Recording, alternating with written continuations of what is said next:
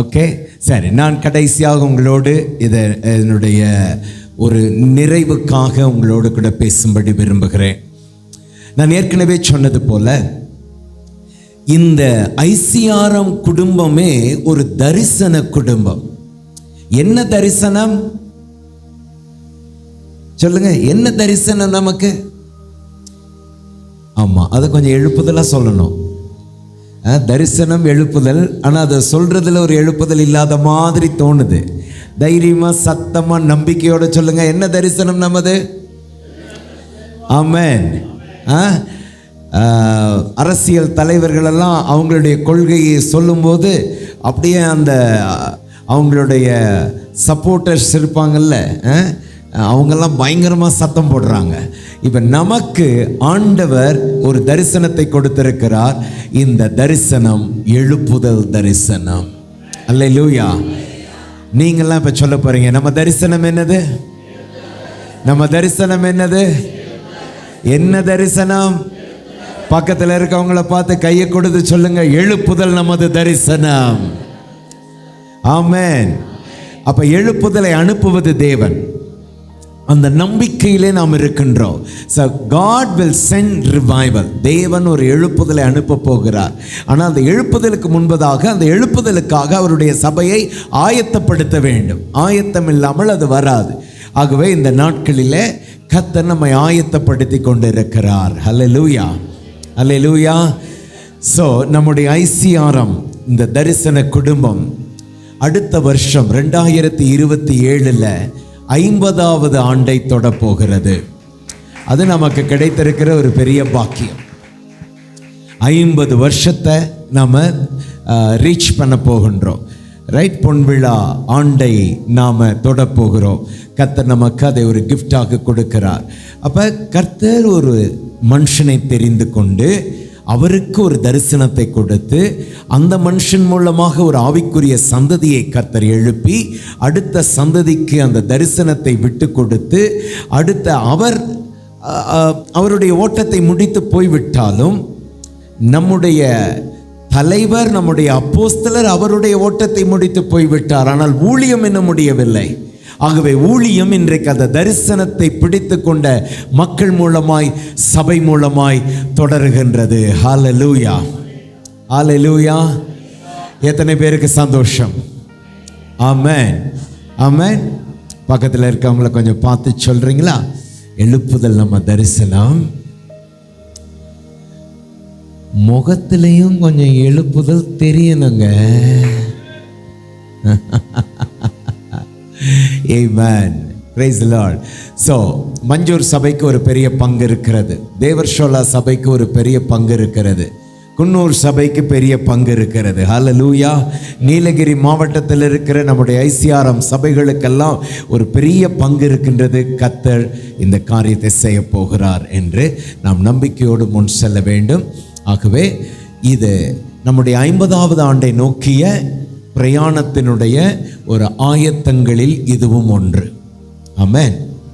So 2026வது வருஷம் ஜனவரி மாதம் 27 உங்களிடத்தில் இருக்கிறோம். அடுத்த வருஷத்தில் மார்ச் 1 நமக்கு 50 ஆண்டுகளை நாம் தொட்டு விடுவோம். பிறகு எந்த நாட்களில் நம்ம எந்த இடத்துல ஒரு சிறப்பு கூடுகையை கூட்டப் போகிறோம் என்று சொல்லி சபையில் உங்களுக்கு அறிவிக்கப்படும்.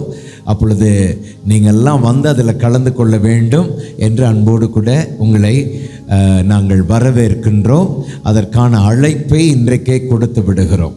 Price God. நாம் எல்லாரும் சேர்ந்து ஆண்டவருக்கு நன்றி செலுத்த வேண்டும். ஓகே, நம்முடைய நோக்கம் என்ன? ஏற்கனவே பல ஆண்டு காலமாக இந்த தரிசனத்தை கேட்டு நடந்து வந்த நாம் இந்த தரிசனத்தை புதுப்பிக்கும்படி, to renew that vision, இந்த தரிசனத்தை புதுப்பித்துக் கொள்ளும்படி நாம் திரும்ப அதை கவனிக்க போகின்றோம். ஒரு சிலருக்கு இதை குறித்த தெளிவு இல்லாமலேயே நாம் சபையோடு சேர்ந்து ஆராதித்து ஆண்டவருக்குள்ளே வளர்ந்து வந்து கொண்டிருக்கலாம். அப்படிப்பட்டவர்களுக்கு நமக்கு இப்படி ஒரு தரிசனம் கொடுக்கப்பட்டிருக்கிறது என்கிறதை தெளிவுபடுத்துவது நம்முடைய நோக்கம். இன்னும் சிலருக்கு இதை குறித்து சுத்தமாக தெரியல, அப்படின்னு இருக்கிறவங்க சிலர் இருக்கலாம். அப்படிப்பட்டவர்களுக்கு இதுதான் தேவன் நமக்கு கொடுத்த தரிசனம் என்பதை சொல்லி அவர்களுக்கு தெளிவுபடுத்துவதற்காக நாம் இந்த காரியத்தை செய்கின்றோம். அல்லேலூயா, அல்லேலூயா. அப்போ இதை குறித்து நம்ம தெரிஞ்சுக்கணும் அப்படின்றது. அதனால் நான் இன்றைக்கு உங்களோடு கூட பகிர்ந்து கொள்ள போகிறது அண்டர்ஸ்டாண்டிங் ஆஃப் ரிவைவல், எழுப்புதல் என்பதை புரிந்து கொள்ளுதல் அப்படின்ற தலைப்பில் நான் உங்களோடு சில காரியங்களை பகிர்ந்து கொள்ளுகிறேன். முதல்ல ஒரு கேள்வி, எழுப்புதல் என்றால் என்ன? What is revival? எல்லாம் பக்கத்தில் இருக்கவங்களை பார்த்து கேளுங்க, எழுப்புதல் என்றால் என்ன? எழுப்புதல் என்றால் என்ன? ஓகே, சுருக்கமாக சொல்ல போனா எழுப்புதல் என்பது இழந்து போயிருக்கின்ற ஆவிக்குரிய தன்மையை, தாகத்தை, ஏக்கத்தை திரும்ப புதுப்பித்து உயிர்ப்பித்து கொடுப்பது எழுப்புதல். ஆமென். சபைக்குள்ளே இழந்து போயிருக்கிற தாகம், இழந்து போயிருக்கிற ஜெப பாரம், இழந்து போயிருக்கிற பரிசுத்தம், இழந்து போயிருக்கிற ஆத்தும தாகம், இழந்து போயிருக்கிற தேவன் மேல் இருக்கிற வாஞ்சை, இழந்து போயிருக்கிற வசனத்தின் மேல் இருக்கின்ற விருப்பங்கள் எல்லாம் திரும்ப புதுப்பிக்கப்பட்டு உயிர்ப்பிக்கப்பட்டு கொடுக்கப்படுவது தான் எழுப்புதல். அல்லேலூயா, ஆமென். அப்போ அந்த ஒரு ஜீவனற்றது போல இருக்கிற நிலை, ஆனால் உயிர் இருக்குது, ஆனால் அந்த அந்த தன்மை, உயிர் இருக்கிற தன்மையில் வாழ்வு இல்லை அப்படின்னும் போது, சிலருக்கெல்லாம் உயிர் இருக்கும் ஹாஸ்பிட்டலில், ஆனால் கோமா ஸ்டேஜ்ன்னு வாங்க, அன்கான்ஷியஸாக இருக்கிறாங்கன்னு வாங்க, உயிர் இருக்கும் ஆனால் அவங்க நடமாட மாட்டாங்க, பேச மாட்டாங்க, சாப்பிட மாட்டாங்க, ரைட்? அப்படி இருக்கும். அப்படிப்பட்ட நிலையில் அவங்கள திரும்ப உயிர்ப்பிக்கிறது அப்படின்றது தான் திரும்ப அவங்களை நடமாட வைக்கிறது, திரும்ப அவங்கள செயல்பட வைக்கிறது. அதை தான் நாம் ஒரு அடையாளமாக இதற்கு வைத்து கொள்ளலாம். சங்கீதம் 85:6 சங்கீதக்காரன் இப்படி ஒரு ஜெபத்தை செய்கிறதை பார்க்கிறோம். சங்கீதம் 85:6 என்ன ஜெபம்? வாசியுங்கள். உம்முடைய ஜனங்கள் உம்மில் மகிழ்ந்திருக்கும்படி நீர் எங்களை திரும்பவும் உயிர்ப்பிக்க மாட்டீரோ? ரைட்? அப்ப என்ன கேட்கிறார்? உம்முடைய ஜனங்கள் உம்மிலே மகிழ்ந்திருக்கும்படி நீர் அவர்களை திரும்ப உயிர்ப்பிக்க மாட்டீரோ?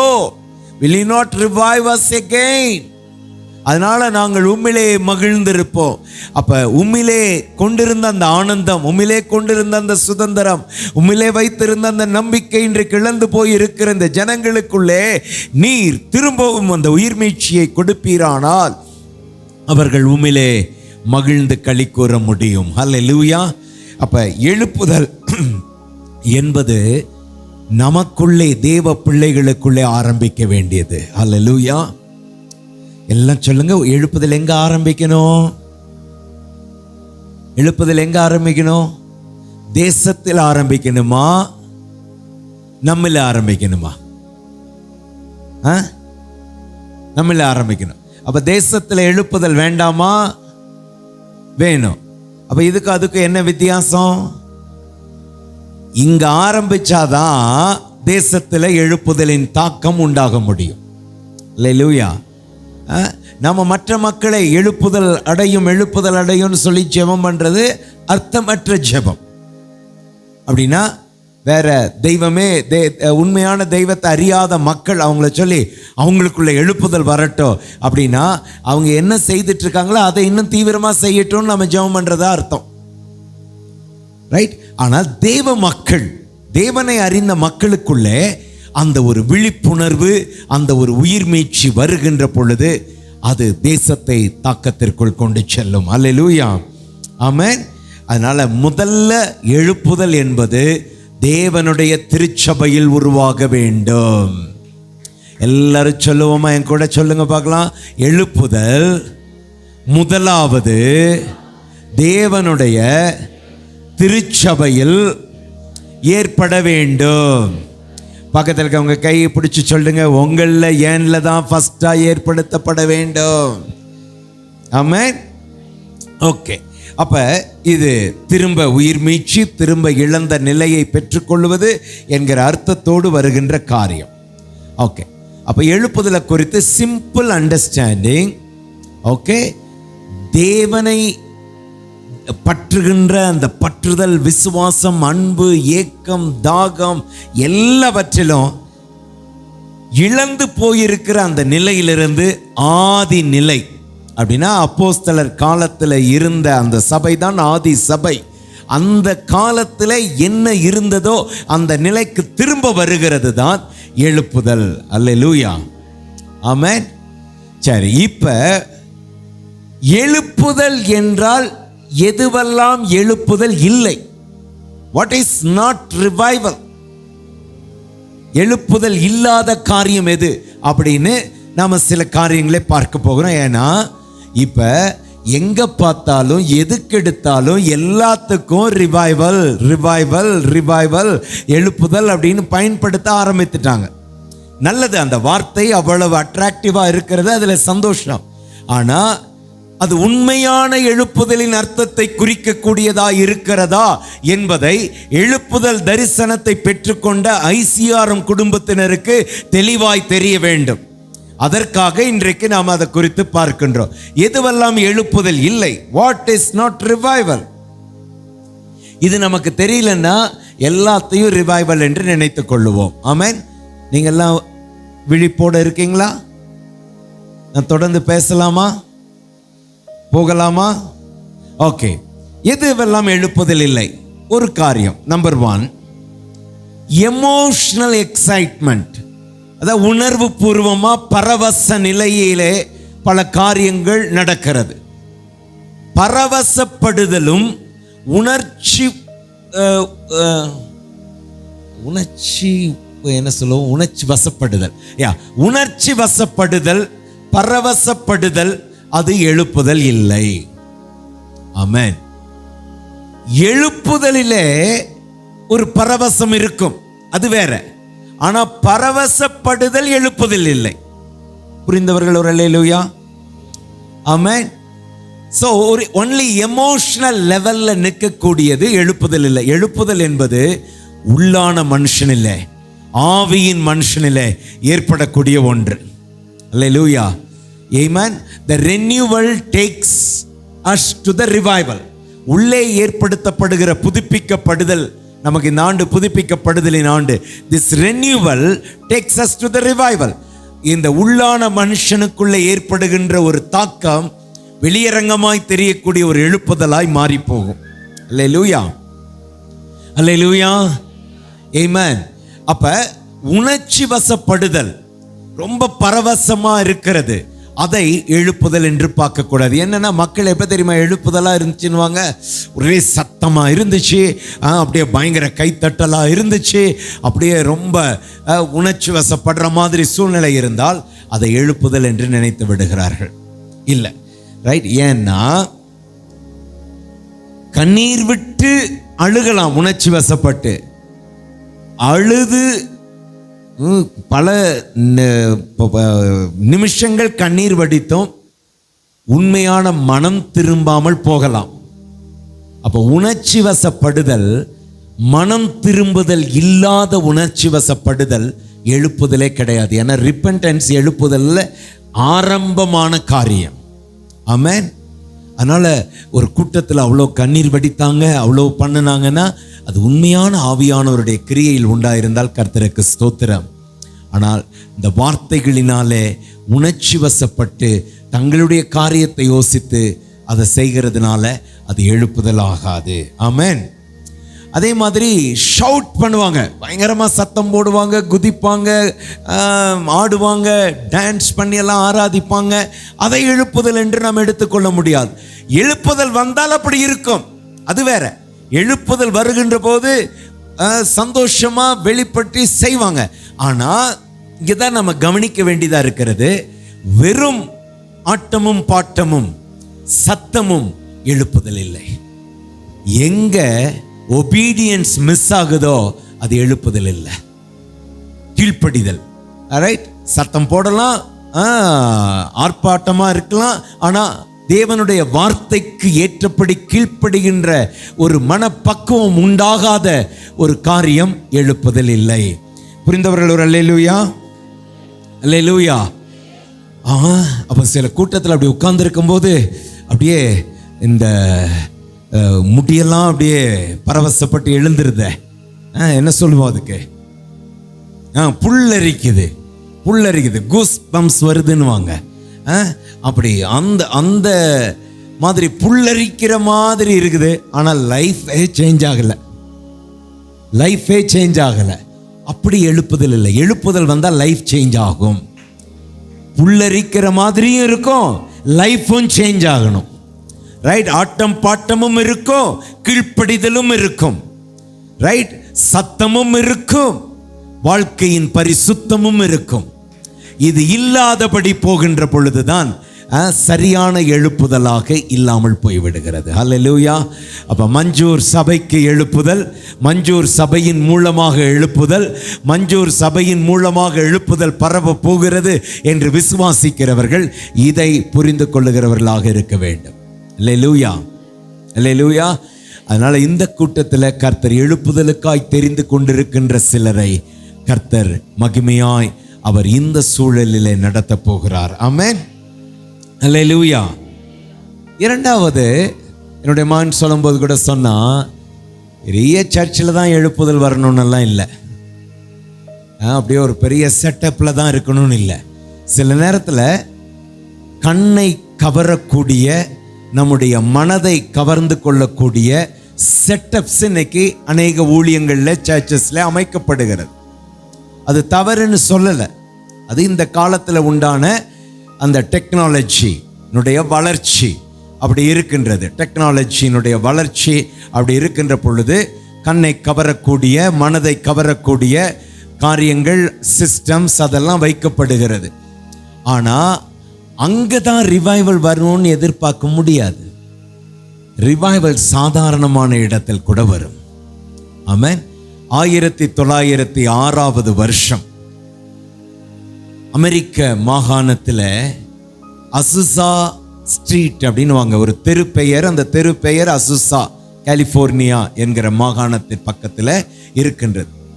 அந்த இடத்துல குதிரைகளை கட்டி வைக்கின்ற ஒரு ஷெட்டு, எப்படி மாட்டு கொட்டகைன்னு சொல்லுவாங்க, மாடை விடுறது, ஆடை விடுறது, அது மாதிரி அங்கே அந்த ஊரில் குதிரையை அடைத்து வைக்கின்ற ஒரு ஷெட்.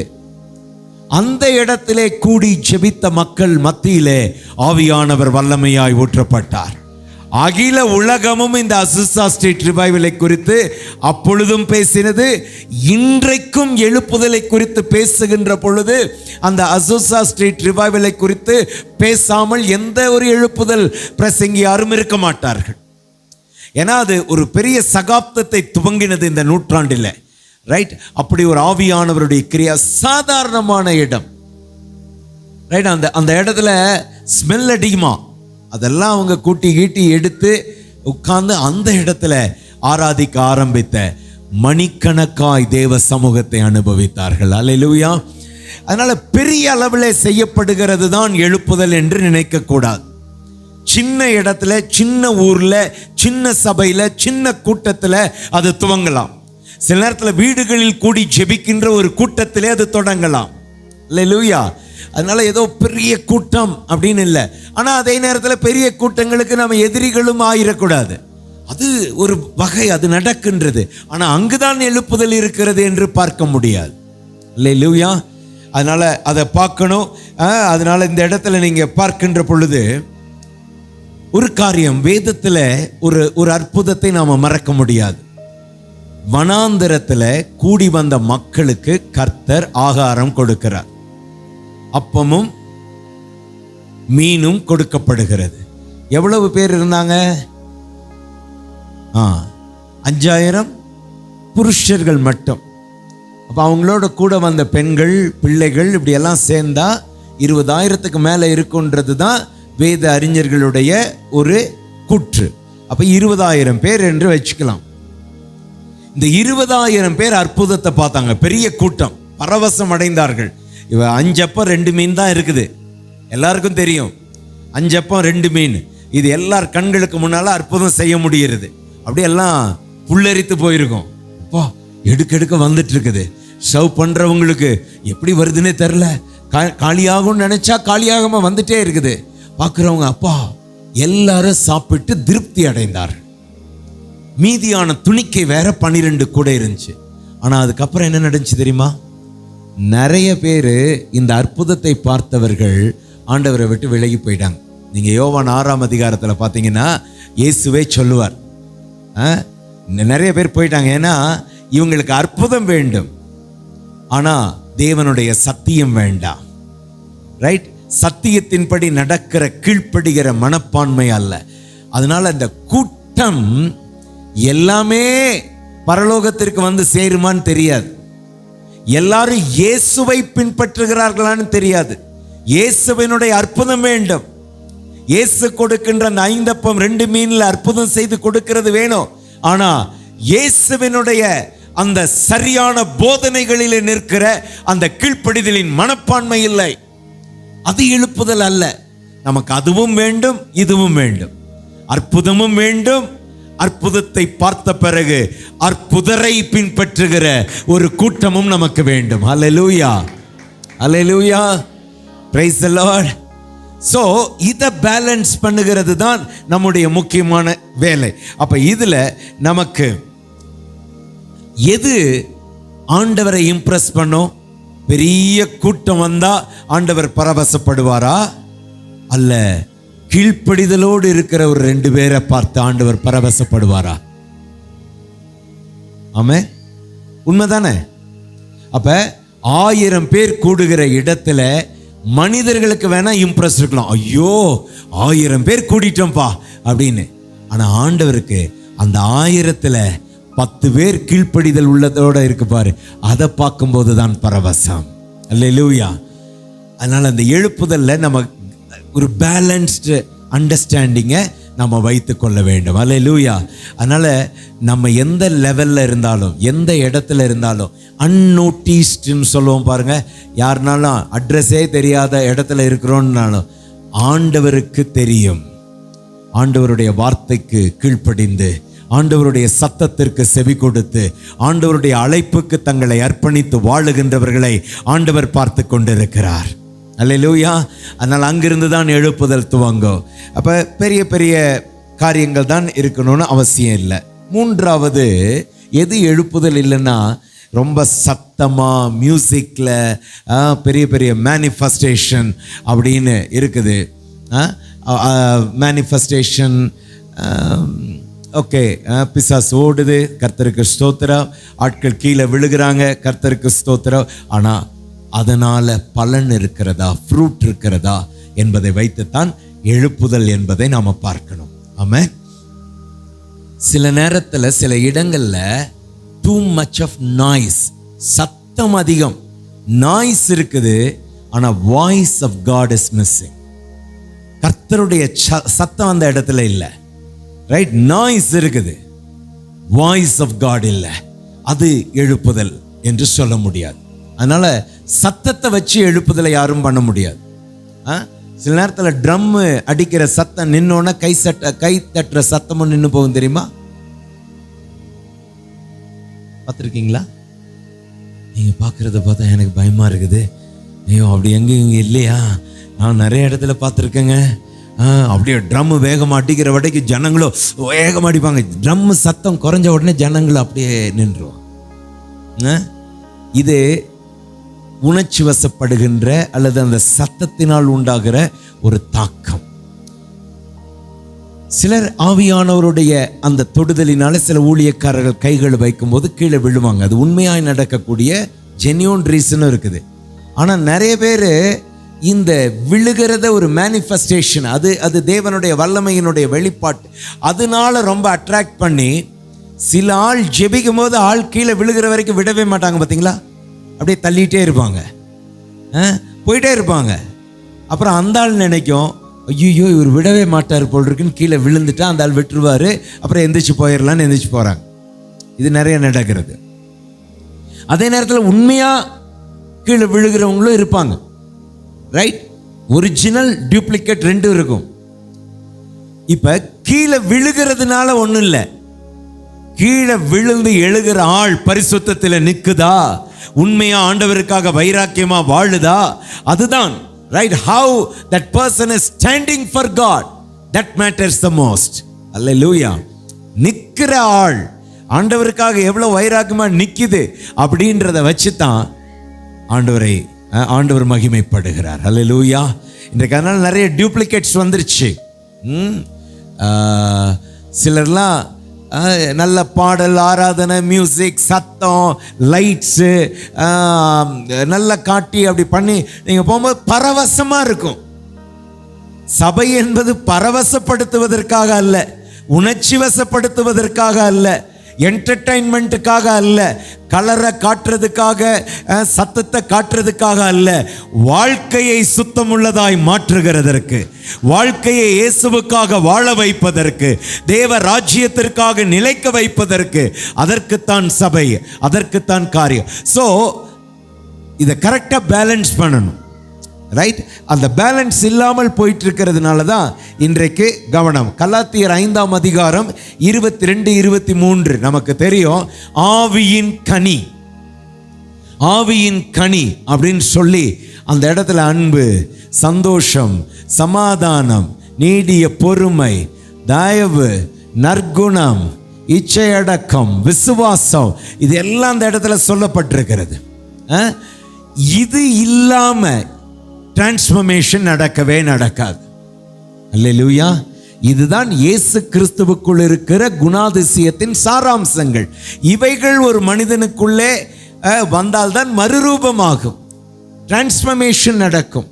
அதனால டிரான்ஸ்ஃபர்மேஷன் இல்லாம இந்த டிராமாட்டிக்கா நடக்குகின்ற அந்த உணர்ச்சி வசப்படுத்துகின்ற காரியங்கள் ஒரு ஆளை மாற்றாது. ஆமென். ஒரு ஆராதனை தலைவர் வரலாம், ஒரு கிரவுண்டில் பெருசாக நடத்தலாம், ஆயிரக்கணக்கான பேர் 3 மணி நேரம் க்யூவில் இருந்து உள்ளே போகலாம், குதிக்கலாம், ஆடலாம், பாடலாம், சந்தோஷப்படலாம், எல்லாம் நல்லது. ஆனால் அதுக்கு பிறகு அவங்க லைஃப்பில் the character of God manifest ஆகுதா, தேவனுடைய குணநலன்கள், குணாதிசயம் அவர்கள் வாழ்க்கையில் வெளிப்படுகிறதா என்பதை வைத்து தான் அது ஒரிஜினலா, தரமானதா இல்லை தரம் இல்லாததா என்பதை நாம நிர்ணயிக்க முடியும். அல்லேலூயா. ஆமென். கோல்டு, கோல்டு மாதிரியே தெரிகிற இன்னொன்று இருக்குது. அது என்ன சொல்றோம்? கவரிங், ரோல்டு கோல்டா என்னமோ என்னமோ, கோல்டு ஒரிஜினல். அதே மாதிரி தெரிகிற எல்லாமே கோல்டா? சொல்லுங்க, நீங்க தான் சொல்லணும். கோல்டு மாதிரி தெரிகிற எல்லாமே கோல்டா? சத்தமா சொல்லுங்களேன். கோல்டு அது எப்படி தெரியும்? அப்ப அதை டெஸ்ட் பண்ணணும்னா அதை ஃபயரில் வச்சு தேய்ச்சி பார்த்தாங்கன்னா அது ஒரிஜினலா இல்லையான்னு தெரியும். அல்லேலூயா. அப்போ original revival will be tested. ஆமென். ஒரிஜினலா எழுப்புதல் தானா என்பது அது பரிசோதித்து பார்க்கப்படும். பரிசோதிக்கும் பொழுது இயேசு கிறிஸ்துவின் குணம், இயேசு கிறிஸ்துவினுடைய வாழ்க்கையில் இருக்கின்ற அந்த தன்மைகள் ஒரு கிறிஸ்தவனுக்குள் வெளிப்படுகிறது என்றால் அது உண்மையான எழுப்புதல். அல்லேலூயா. அது இல்லாமல் போகின்ற போது அது சரியான எழுப்புதல் அல்ல. அல்லேலூயா. இன்னொன்று, இப்போ இந்த சோஷியல் மீடியாவில் நிறையா ட்ரெண்டிங் ஏற்படுத்துகிறோம், நிறைய சப்ஸ்கிரிப்ஷனை உண்டாக்க பார்க்கிறார்கள், நிறைய லைக்ஸ் கிடைக்க பார்க்கிறார்கள், அதில் வருமானமும் வருகிறது. எவ்வளவுக்கு எவ்வளவு பார்க்கிறார்களோ அவ்வளவுக்கு அவ்வளவு அதை உருவாக்குகிற அந்த கண்டென்ட்டை உருவாக்குகிறவர்களுக்கு பணமும் வருகிறது. இதெல்லாம் இன்றைக்கு ஊழியத்தில் பயன்படுத்தப்படுகிறது. நல்லது. ஏன்னா டெக்னாலஜியை கண்டிப்பாக சபை பயன்படுத்தணும், ஊழியம் பயன்படுத்தணும். ஆனால் இதில் ட்ரெண்டிங்கில் இருக்கிற எல்லாமே தரம் உள்ளது தானா? இல்லை. ட்ரெண்டிங்கில் இருக்கலாம், நிறைய பேர் பார்க்கலாம், ஆனால் அதனால அது தரமானதான்னு பார்க்க முடியாது. ஆமென். So revival is not determined in the social media. Revival is determined in the prayer rooms. Right. ஜெபிக்கிற மக்கள், மனம் திரும்புதலில் வருகின்ற மக்கள், கீழ்ப்படிதலை காண்பிக்கிற மக்கள், இவங்கள்ட்ட தான் உண்மையான எழுப்புதல் வெளிப்படுகிறது. ஹல்லேலூயா, ஆமென். ஸோ அதனால ரிவைவலுக்கு ஸ்டேஜ் தேவையில்லை, ஆல்டர் தேவை. ரிவைவலுக்கு இந்த மாதிரி ஸ்டேஜ் தேவையில்லை, பலிபீடம் தேவை. தங்களையே அர்ப்பணிக்கின்ற தேவ மக்கள் பலிபீட தண்டையில் வருகின்ற அனுபவம், அங்கதான் எழுப்புதல் தேவை. ஹல்லேலூயா, ஆமென். சரி, அப்ப எழுப்புதல் என்பது வேற யாருக்கோ அல்ல, நமக்கு என்பதை முதல்ல பார்த்தோம்.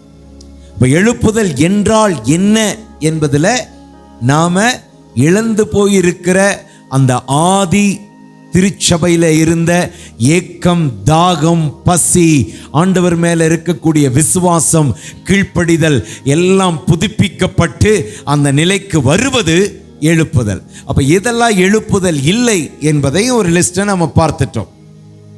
இப்ப மூன்றாவது பகுதியாக எழுப்புதலில் எதெல்லாம் காணப்படும், எதெல்லாம் எழுப்புதல் இல்லைன்னு பார்த்தோம். ஓகே, எழுப்புதலில் எதுவெல்லாம் பிரதானமாய் காணப்படும், எதுவெல்லாம் பிரதானமாய் முக்கியமா அப்படின்னு நம்ம சில காரியங்களை பார்க்க போகிறோம். அதுல ஒன்றாவது டீப் கன்விக்ஷன் ஆஃப் சின், பாவத்தை குறித்ததான கண்டித்து உணர்த்தப்படுகிற உணர்வு. டீப் கன்விக்ஷன் ஆஃப் சின், பாவத்தை குறித்து கண்டித்து உணர்த்தப்படுகிற உணர்வு. எங்க பாவ உணர்வு ஜனங்களுக்கு இல்லையோ அது ஜென்யூன் ரிவைவல் இல்லை. கொண்டாட்டம் இருக்கலாம், சத்தம் இருக்கலாம், பரவசம் இருக்கலாம், மெய்சிலிர்த்து நிற்கலாம், புல்லரித்து நிற்கலாம், ரைட். ஆனா மனம் திரும்புதல் இல்லை, வாழ்க்கையின் மன மாற்றம் இல்லை என்றால் அது ஜென்யூன் ரிவைவலே இல்லை. இதான் தேவனுடைய வசனத்தின் அடிப்படையிலும் எழுப்புதல் சரித்திரத்தின் அடிப்படையிலும் நாம பார்க்கிறது. அல்லேலூயா. அப்ப the first மார்க், அந்த டெஸ்ட் பண்ணி மார்க் பண்றது எது? இதுல ரிப்பெண்டன்ஸ், மனம் திரும்புதல் இருக்கிறதா? ஆமென். அப்ப எழுப்புதல் என்று சொல்லுகின்ற போது ஆதி நிலைக்கு திரும்புதல். அப்ப ஆதி நிலை எங்க இருக்குது? அப்போஸ்தல நடபடிகள்ல இருக்கக்கூடிய அந்த அனுபவங்கள் தான் ஆதி நிலை. அப்ப ஃபர்ஸ்டா ஒரிஜினல் ஒர்க், அந்த சபை ஸ்தாபிக்கப்படுகின்றதுக்கு முன்பதாக முதலாக ஒரிஜினலா கிரியை நடந்தது அப்போஸ்தலர் 2ஆம் அதிகாரம், 2nd chapter. அப்ப பேதுரு எழுந்து பிரசங்கம் பண்ணுகின்ற பொழுது கூடியிருந்த ஜனங்கள் கேட்டாங்க. என்ன கேட்டாங்க? சகோதரரே, நாங்கள் ரட்சிக்கப்பட என்ன செய்ய வேண்டும்? அதை கேட்கறதுக்கு முன்னாடி என்ன நடந்துச்சு தெரியுமா? அவங்க இருதயத்தில் குத்தப்பட்டவர்களாய் பாவ உணர்வடைந்து, they were convicted by the Spirit, ஒரு இருதயத்துல குத்தப்பட்டது போல உணர்ந்து கேட்கிறாங்க, சகோதரரே, நாங்கள் ரட்சிக்கப்பட என்ன செய்ய வேண்டும்? அல்லேலூயா, அல்லேலூயா. இதுதான் எழுப்புதலின் துவக்கம். எங்க இருதயம் குத்தப்பட்டு பரிசுத்த ஆவியானவர் பாவ உணர்வை ஜனங்களுக்குள்ளே ஏற்படுத்துகிறதை நாம வெளிப்படையாய் அதிகமாய் பார்க்கிறோமோ அதுதான் எழுப்புதலின் துவக்கம். அல்லேலூயா. பாவ உணர்வு இல்லாத இடத்தில் மனம் திரும்புதல் இருக்க முடியாது.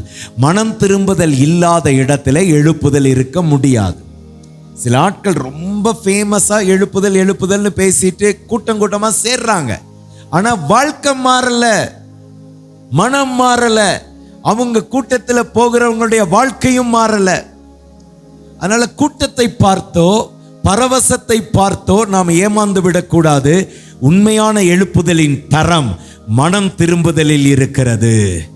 அல்லேலூயா, அல்லேலூயா, ஆமென். அப்ப எதுல இருக்குது உண்மையான எழுப்புதல்? மனம் திரும்புதல். இரண்டாவது, அந்த மனம் திரும்புதல் வந்த உடனே தேவ பிரசன்னத்தின் மீது ஒரு பசி, தாகம் உண்டாகிவிடும். ஆமென். The hunger and thirst for God, தேவன் மேல, தேவ பிரசன்னத்தின் மேல ஒரு வாஞ்சை உண்டாகிவிடும். அல்லேலூயா, ரைட். ஸ்டீவ் சொல்லும்போது சொன்னார் இல்லையா, பெங்களூரில் இருக்கக்கூடிய அந்த வாலிபர்கள், எஸ் வி ஆர் thirsty, நாங்கள் தாகத்தோடு இருக்கிறோம் அப்படின்னு சொல்லி சொன்ன இடத்துல, தாகம் உள்ளவன் மேல் தண்ணீரை ஊற்றுவேன். அல்லேலூயா. அது ஆண்டவருடைய வாக்குத்தத்தம். தாகமாய் இருக்கிற எல்லாரும் என்னிடத்தில் வர கடவர்கள். யோவான் 7ஆம் அதிகாரம் 37, 38 வசனங்கள் இயேசு சொல்லுவார், தாகமாய் இருக்கிறவன் என்னிடத்தில் வர கடவன். அல்லேலூயா.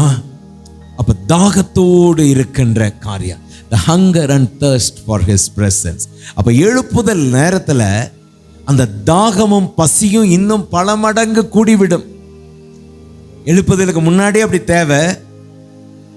ஆனா எழுப்புதல் காலத்துல அந்த ஆவியானவருடைய கிரியை உண்டாக ஜனங்கள் பல மணி நேரங்களாய் தேவ சமூகத்திலே அமர்ந்திருந்து ஆராதிக்க, வசனத்தை கேட்க, ஜெபிக்க ஆரம்பித்து விடுவார்கள். ஹல்லேலூயா.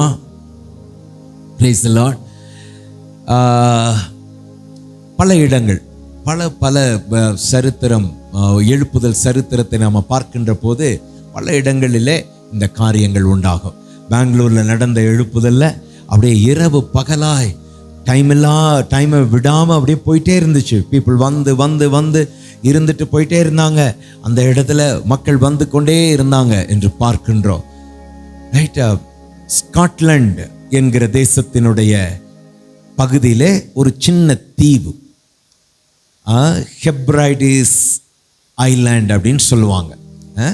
அது அந்த ஒரு தீவு, சின்ன தீவு. அந்த தீவில் 2 பாட்டிமார்கள், 80 வயதுக்கு மேற்பட்ட 2 சகோதரிகள், பாட்டி அம்மா. அந்த குளிரான பிரதேசத்தில் அவங்களுக்குள்ளே தேவன் வைத்த ஒரு பாரம், அந்த தீவுக்காக ஜெபம் பண்ண சொல்லி அவங்க சில ஆண்டுகளாக ஜெபிக்க ஆரம்பித்தாங்க. இரவுல குளிர் நேரத்தில் அந்த விறகுகள்லாம் வச்சு நெருப்பு போட்டுட்டு இரவெல்லாம் ஜெபிக்க ஆரம்பித்தார்கள். ஒரு நாளில் திடீரென்று தேவனுடைய ஆவியானவர் இறங்கினார். அல்லேலூயா. நடு ராத்திரியில எல்லாம் அமைதியா தூங்கி கொண்டிருந்த நேரத்தில் பரிசுத்த ஆவியானவர் பலமா இறங்க ஆரம்பித்த உடனே அங்கங்க சத்தம், கதறி அழுகிற சத்தம், லைட்டெல்லாம் வீடுகளில் போடப்படுகிறது. சிலர் வீட்டை விட்டு வெளியில வந்து தெருவில் முழங்கால் படியிட்டு, ஐயோ நான் ஒரு பாவி, என்னை இரட்சியும் என்று கதற ஆரம்பித்தார்கள். நோ பிரீச்சர், யாரும் பிரீச் பண்றதுக்கு இல்லை, யாரும் நடத்துறதுக்கு, கூட்டத்தை நடத்துறதுக்கு இல்லை. ஆனா ஆவியானவருடைய கிரியையில் அது நடக்க ஆரம்பிக்கின்றது. அது எழுப்புதலின் ஆரம்பம். அல்லேலூயா. அந்த குளிரில் வெளியில வந்து எல்லாம் பாவத்தை அறிக்கை செய்ய ஆரம்பித்து ஜெபம் பண்ண ஆரம்பித்தார்களாம். அந்த ஊழியத்தில் ஒரு தேவ மனுஷனை தேவன் வல்லமையாய் பயன்படுத்தினார். அவருடைய பெயர் டங்கன் கேம்பல். டங்கன் கேம்பல் அவர் தான் பாஸ்டர். அந்த டங்கன் கேம்பல் என்று சொல்லக்கூடிய பாஸ்டரை அந்த ஹெப்ரைடைஸ் ரிவைவல்ல ஆண்டவர் பயன்படுத்தினார். அவர் சொல்றாரு, அந்த எழுப்புதல் நேரத்தில் எல்லாருடைய இருதயத்திலையும் ஒரு பசி, தாகம், தேவ பிரசன்னத்தில் இருக்க வேண்டும் என்கிற அந்த ஏக்கம், அந்த பசி, அந்த தாகம் இருந்தது என்று சொல்லி. அல்லேலூயா.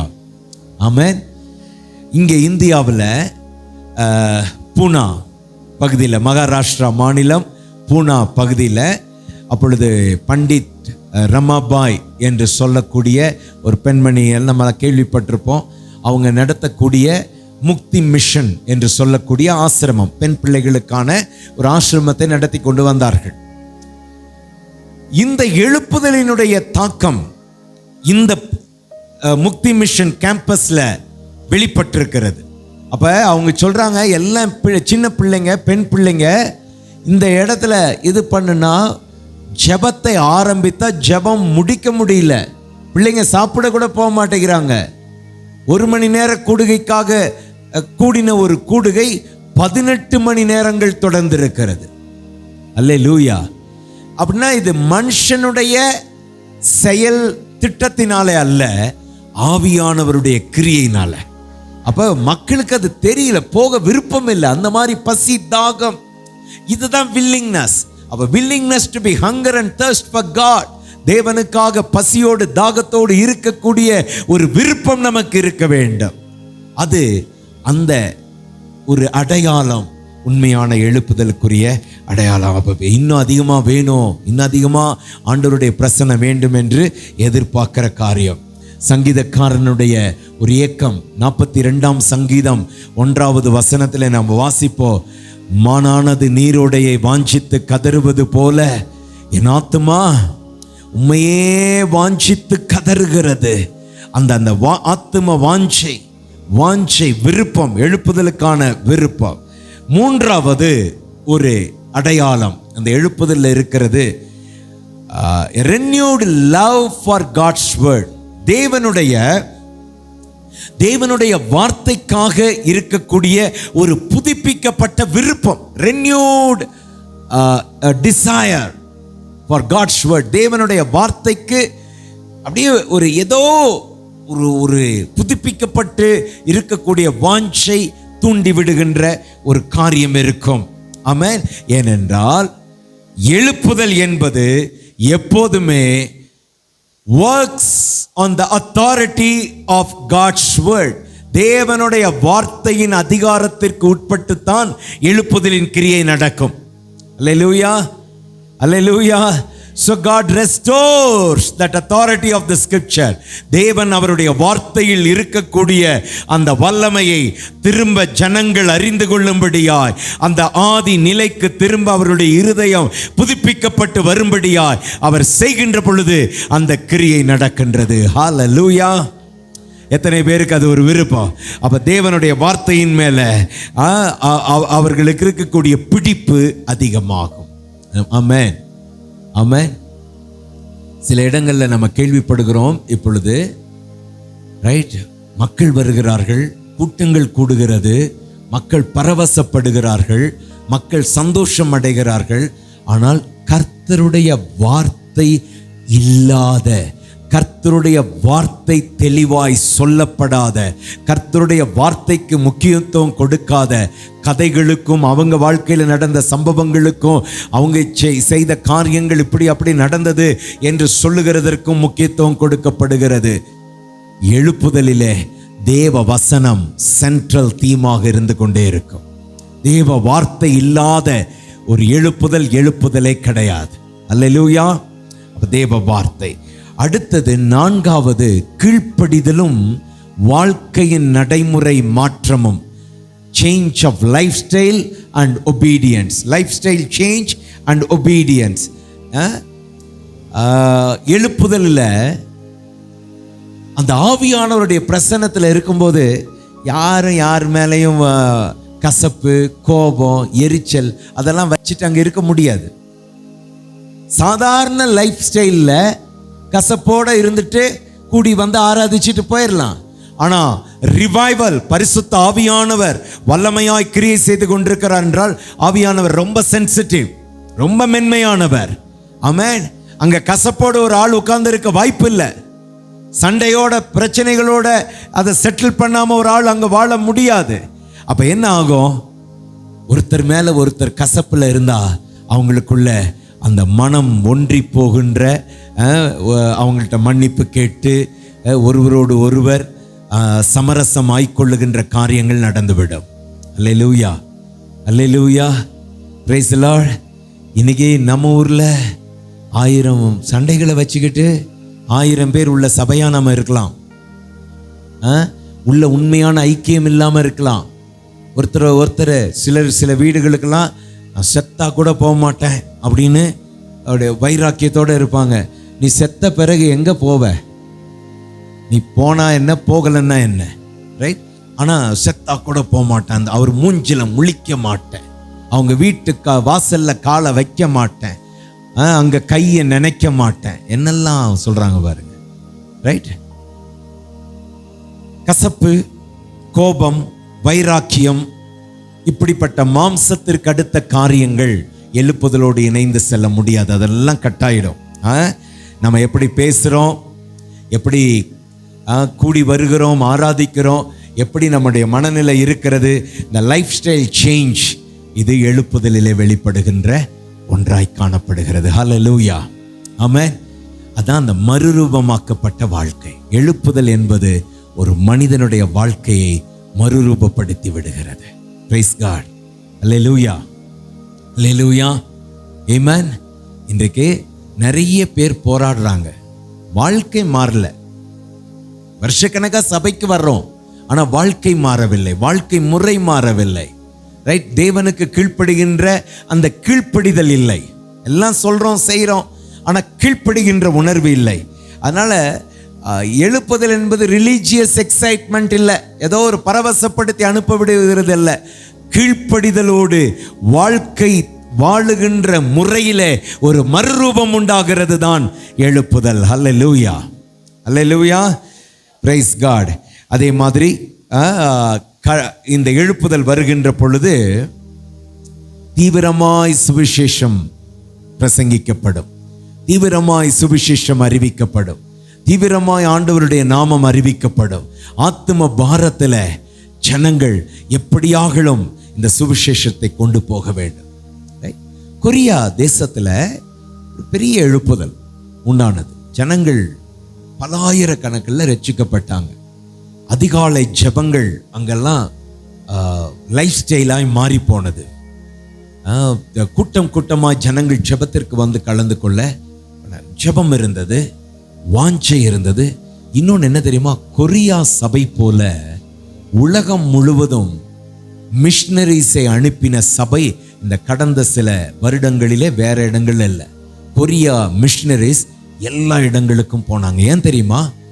அவங்களுக்குள்ள அந்த வேர்ல்டு மிஷன் மேல, உலகம் முழுவதும் தேவ மக்களை அறிந்து கொள்ள வேண்டும் என்கிற அந்த எண்ணம் அவர்களை அதிகமாய் தூண்டிவிட்டது. அவங்களுக்கு பாஷை தெரியாது, கஷ்டப்பட்டு எப்படியாகலும் அந்த ஊழியத்தை செய்யணும் அப்படின்னு உலகத்தின் பல நாடுகளுக்கும் கடந்து போனார்கள். ஹல்லேலூயா, பிரைஸ் காட்.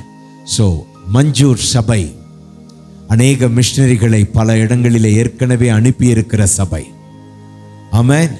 இனி எழுப்புதல் வருகின்ற காலத்தில் இதே மஞ்சூரில் இருந்து நூற்றுக்கணக்கான ஆயிரக்கணக்கான மக்களை கர்த்தர் உலகமெங்கும் அனுப்ப போகிறார், பல இடங்களுக்கு அனுப்ப போகிறார் என்று நாம் விசுவாசிக்கின்றோம். கர்த்தர் அப்படி பல காரியங்களை செய்ய போகிறார்.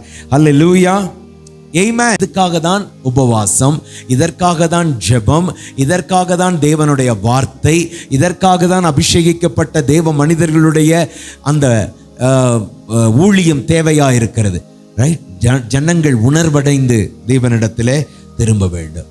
மூன்றாவது ஒரு தடை என்னன்னா டிஸ்யூனிட்டி, ஐக்கியம் இல்லாமல் இருப்பது, ஐக்கியமின்மை, ஐக்கியமின்மை, டிஸ்யூனிட்டி. எழுப்புதலுக்கு இன்னொரு தடை ஐக்கியம் இல்லாமல் இருப்பது. ரைட்? ஆண்டவர் எந்த இடத்துல அவருடைய ஆவியானவரை ஊற்றுகிறார் என்றால், இதோ சகோதரர் ஒருமித்து வாசம் பண்ணுகிறது எத்தனை இன்பமும் நலமுமா இருக்கிறது. அந்த இடத்துல ஆண்டவர் அவருடைய ஜீவனையும் ஆசீர்வாதத்தையும் கட்டளையிடுகிறார். அல்லேலூயா, அல்லேலூயா, பிரைஸ் தி லார்ட். ஸோ ஐக்கியத்தோடு இருக்கணும். ஊழியக்காரர்கள் மற்ற ஊழியரோடு ஐக்கியமா இருக்கணும். சபையினுடைய மூப்பர்கள் எல்லாரோடு ஐக்கியமா இருக்கணும். சபையின் விசுவாச குடும்பங்கள் எல்லாரோடு ஐக்கியமா இருக்கணும்.